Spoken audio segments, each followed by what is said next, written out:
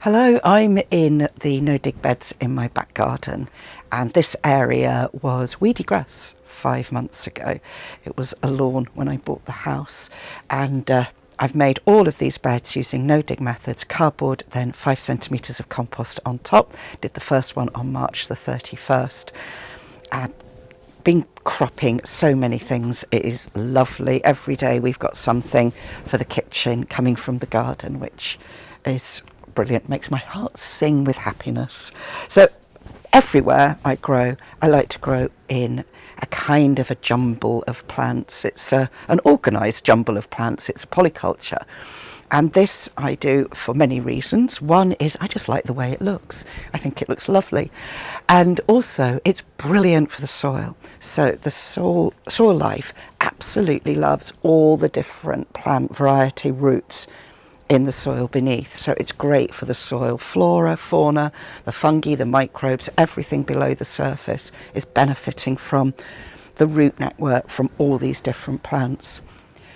And it increases the biodiversity here, which gives forage for insects and birds, and also different plants are bringing in beneficial predators, which helps to create a good pest predator balance within a garden. So I've only been here a few months, and for sure my pest predator balance is not as it was in my garden where I'd lived for 20 years, but it's all a start. Also, it can help to reduce pests by having things a little more mixed up, but I do protect my brassicas with the butterfly netting and the hoops, because I have found that no matter how many distracting plants I put in, the butterflies still find the brassicas if I don't net them. And it also protects them from birds and things like that. Pigeons can eat brassicas with great glee, so that's why I've got frames too. Some of the plantings I've got here, where the phone is there filming, I've got a row of tomatoes which are a blight resistant variety, and I can't remember what they are, but they're from organic plants. I bought a set of blight resistant tomatoes, and they're growing with nasturtiums and chamomile, which I grow to make tea with. Then there's some leeks, module sown leeks, multi-sown leeks, so there's several leeks all growing in a little bunch together. Celery, and then flax and cosmos growing just because it's lovely. Here, which you can't see, was full of potato leaves until this week, and I got blight here, so I've cut the potato leaves off, put them in the compost. It's fine to do that. I'll compost down, it will be all right. Blight doesn't live on composted materials here. And then the potatoes can stay in the soil for another week or two. Here I've got parsnips, and I'm going to be very careful as I go past the parsnips because it's sunny and I'm wearing shorts, and you can get phytophotodermatitis from parsnips.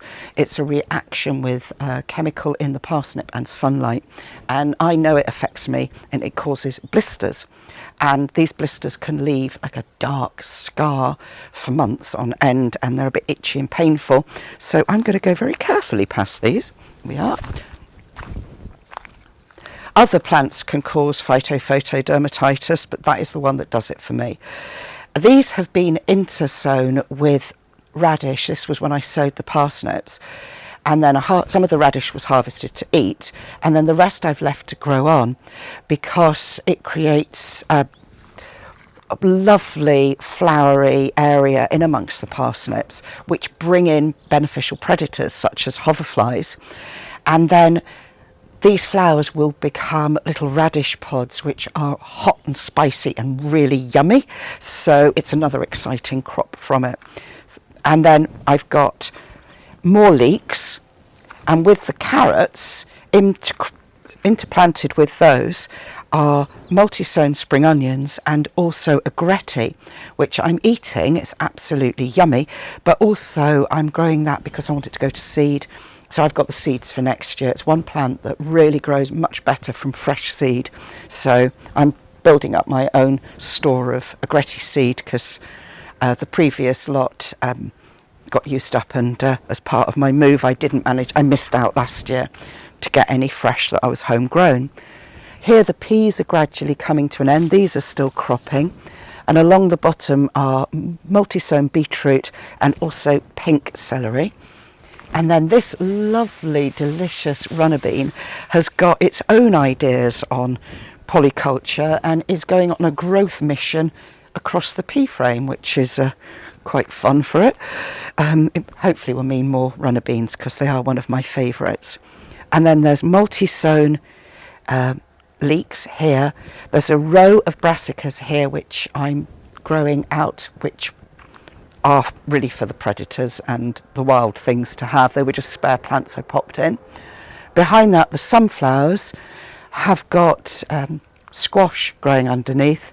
Behind them is sweet corn and some more tomatoes, which again are these blight resistant ones, which so far have been, and they've got more squash growing underneath.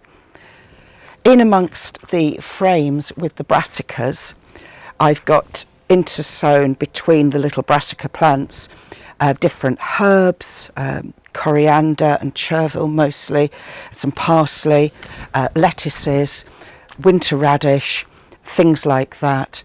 And the biggest problem I have here at the moment is slugs. Typical for a new garden, there's so much slug habitat, but so far most of them are doing okay. They're growing on, so fingers crossed these will grow into lovely big plants. So once something's cleared here, the next crop goes in, and I've got things growing on in the greenhouse, and I'm pricking out more things at the moment so that I've got a continual amount of different kinds of vegetables and herbs and flowers, and that I can put in the ground as space becomes available.